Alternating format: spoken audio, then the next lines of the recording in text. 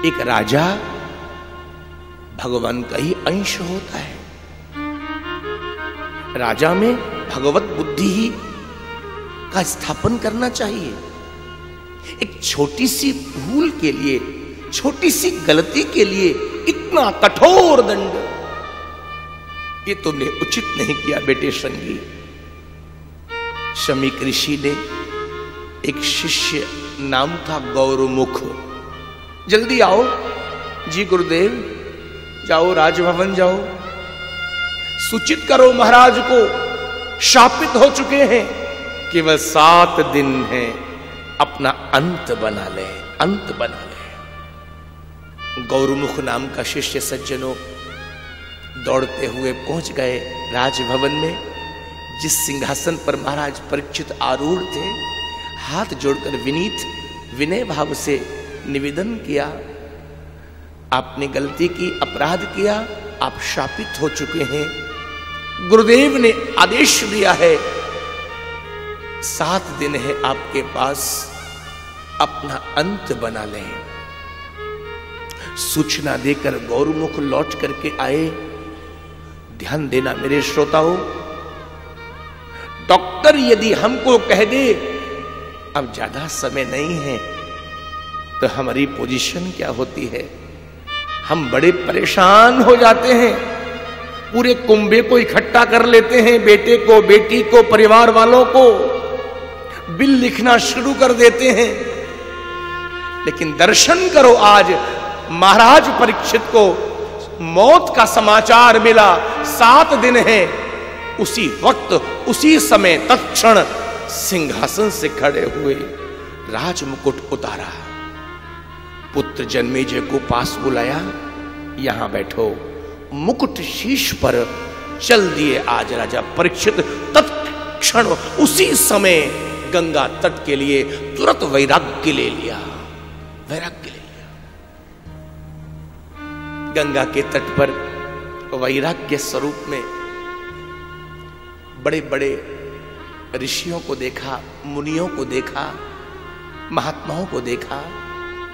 महाराज परीक्षित जी ने सारे ऋषियों के चरणों में प्रणाम किया है।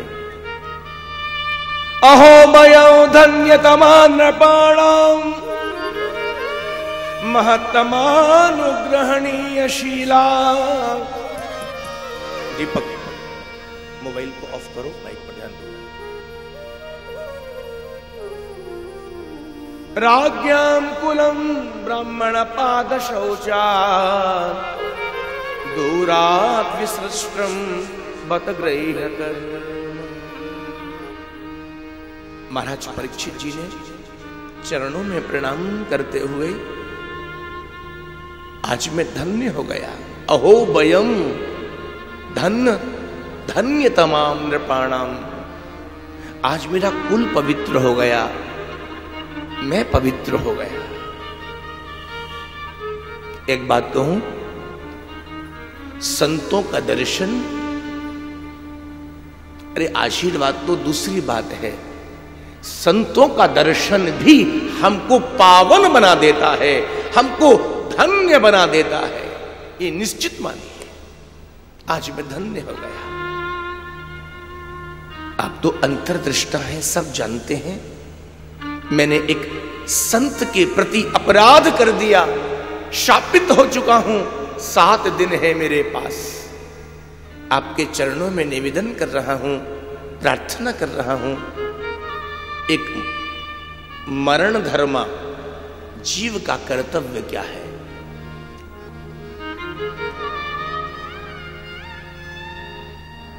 बच्चों को संभाल करो, बच्चों को बाहर ले जाओ, कोई भी चले जाएगा। जिसकी मृत्यु समीप आ गई हो, ध्यान दीजिए,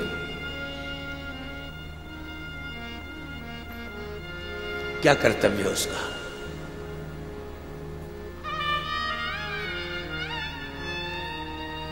यत् श्रोतव्यमथो जप्यम यत् कर्तव्यम नृविप्रभो स्मर्तव्यम भजनीयं वा ब्रूहि यद्वा विपर्ययम्। मृत्यु जिसकी समीप आ गई हो, क्या करना चाहिए उसे? किसका जप करे, किसका स्मरण करे, किसका भजन करे, किसको सुने, ऐसे प्रश्न किए। महात्मा बोले, राजा, मृत्यु जिसकी समीप आ गई हो ना, उसको यज्ञ करना चाहिए। राजा परीक्षित ने सोचा, चक्रवर्ती हूं, यज्ञ करने बैठूंगा तो कितनी तैयारी करनी पड़ती है यज्ञ की, लेकिन मेरे पास तो समय नहीं है। ब्राह्मण बोले, नहीं नहीं राजन, मृत्यु जिसकी समीप आ गई हो ना, उसको दान करना चाहिए। महाराज ने मन में सोचा, परीक्षित जी ने दान करने बैठूंगा, चक्रवर्ती हूं, कितनी दान की सामग्री एकत्रित करनी पड़ेगी, मेरे पास तो समय नहीं है। कोई संतोषजनक उत्तर नहीं। महाराज परीक्षित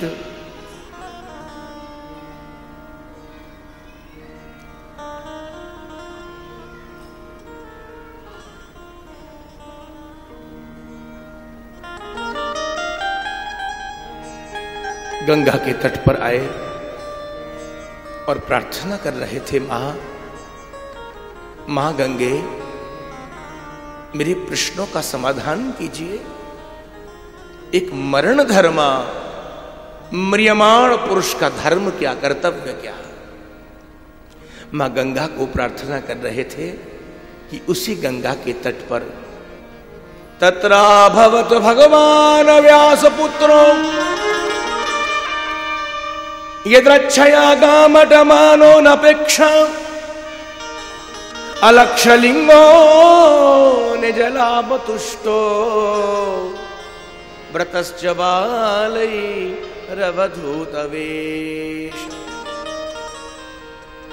तत्राभवत भगवान। स्वयं भगवान ही तत्र अभवत व्यासपुत्र, स्वयं भगवान ही व्यासपुत्र के रूप में, सुखदेव जी के रूप में वहीं गंगा के तट पर प्रकट हो गए। एक बार हम सभी प्रेम से जय जयकार करें, बोलिए श्री सुखदेव भगवान की जय। स्वयं भगवान सुखदेव जी कौन है, बोलो ना? साक्षात भगवान। तत्र अभवत भगवान व्यासपुत्र। और एक रहस्योद्घाटन कर दूं आपको। श्रीमद् भागवत को आप देखें, पूरे श्रीमद् भागवत के बीच केवल या तो भगवान के आगे श्री शब्द आया या सुखदेव जी के नाम के साथ श्री शब्द आया। श्री भगवान उवाच या श्री शुक उवाच। क्यों? श्री किसकी है बोलो ना? सुन रहे थे ना सुबह, श्री तो भगवान की है। हाँ, भगवान की है। और सुखदेव जी कौन है? साक्षात परमात्मा भगवान श्री कृष्ण ही तो शुक है। तत्रा भवत भगवान कहीं से चल करके नहीं आए, कोई गमनागमन नहीं हुआ। तत्र अववत यानी वहीं अववत प्रकट हो गए। कौन? भगवान व्यासपुत्र। ये कौन है व्यासपुत्र? श्री सुखदेव व्यास नंदन है, आत्मज है, ज्ञान के चंद्रमा है, दिशा ही जिनके वस्त्र हैं, ऐसे अवधूत परमहंस व्यासनंदन।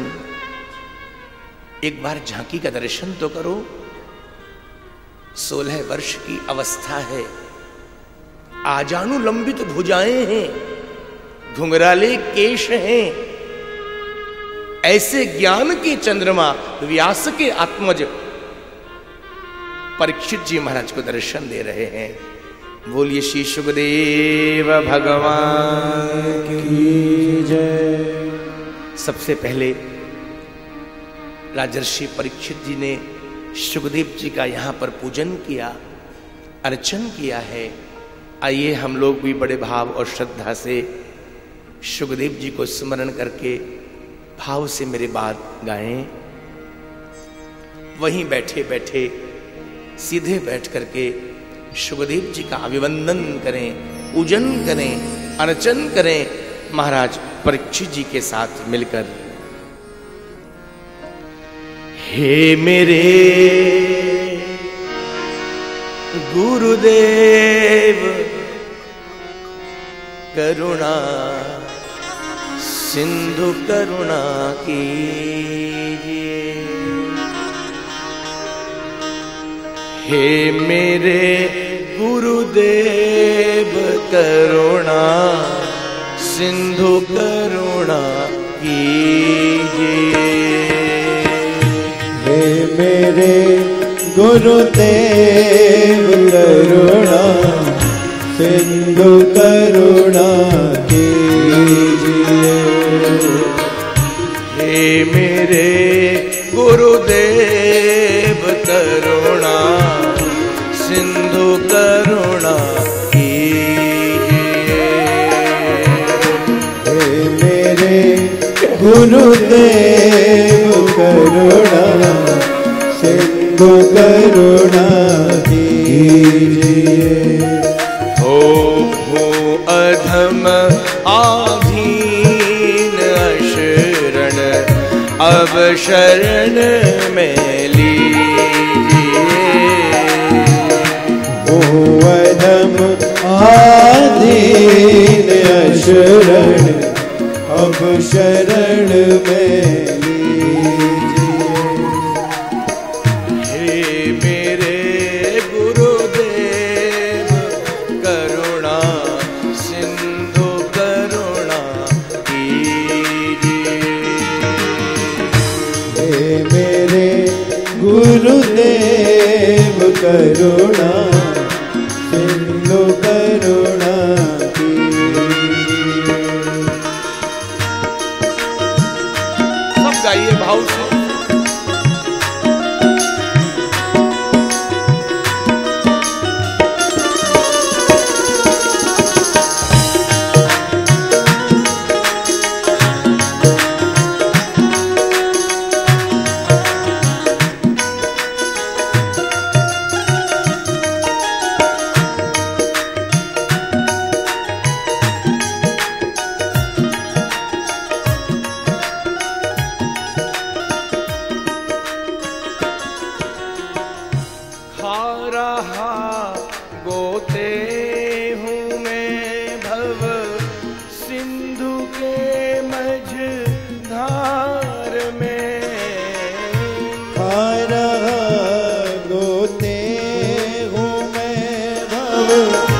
सिंधु की मझधार में खा रहा गोते हूँ मैं भव सिंधु के मझधार में। खा रहा गोते हूँ मैं भव सिंधु के मझधार में। आसरा है दूसरा ना कोई ना इस संसार में। आसरा है दूसरा कोई ना इस संसार में।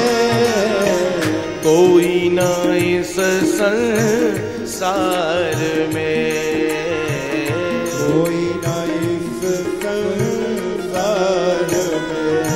हो हे मेरे गुरुदेव करुणा सिंधु करुणा कीजिए। हे मेरे सब गाइए, भाव से गाइए। करुणा सिंधु करुणा कीजिए।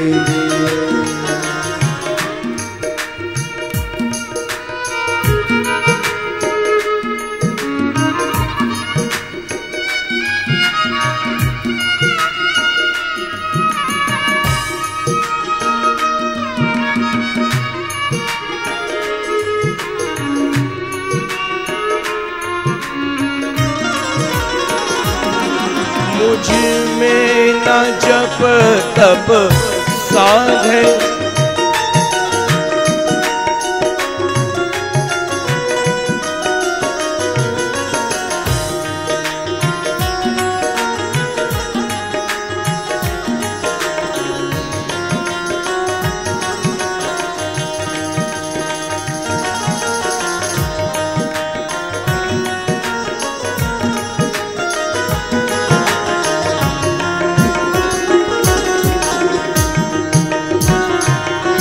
मुझ में न जप तप साधना और नहीं कुछ ज्ञान है।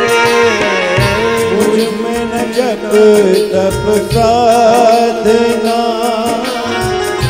और नहीं कुछ ज्ञान है।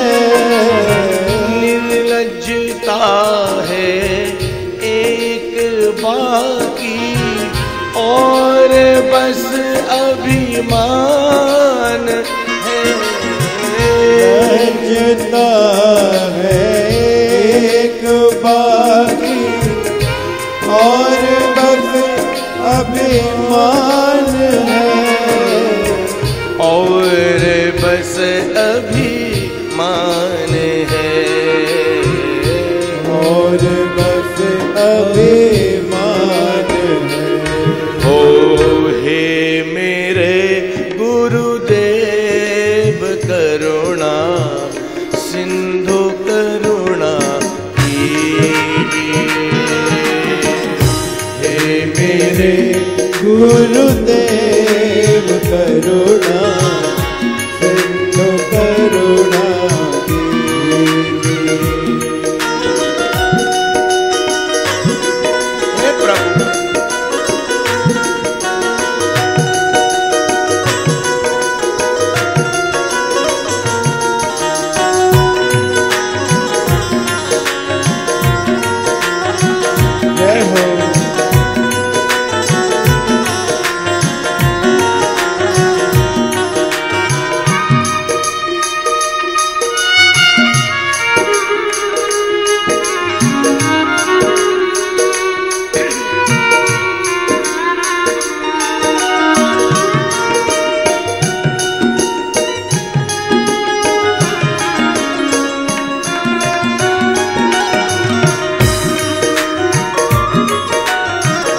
सब जगह मंजिल भटक कर ली शरण अब आपकी। सब जगह मंजिल भटक कर ली शरण अब आपकी। पार करना या न करना दोनों मर्जी आपकी। पार करना या न करना दोनों मंजिल आपकी। दोनों मर्जी आपकी। दोनों मर्जी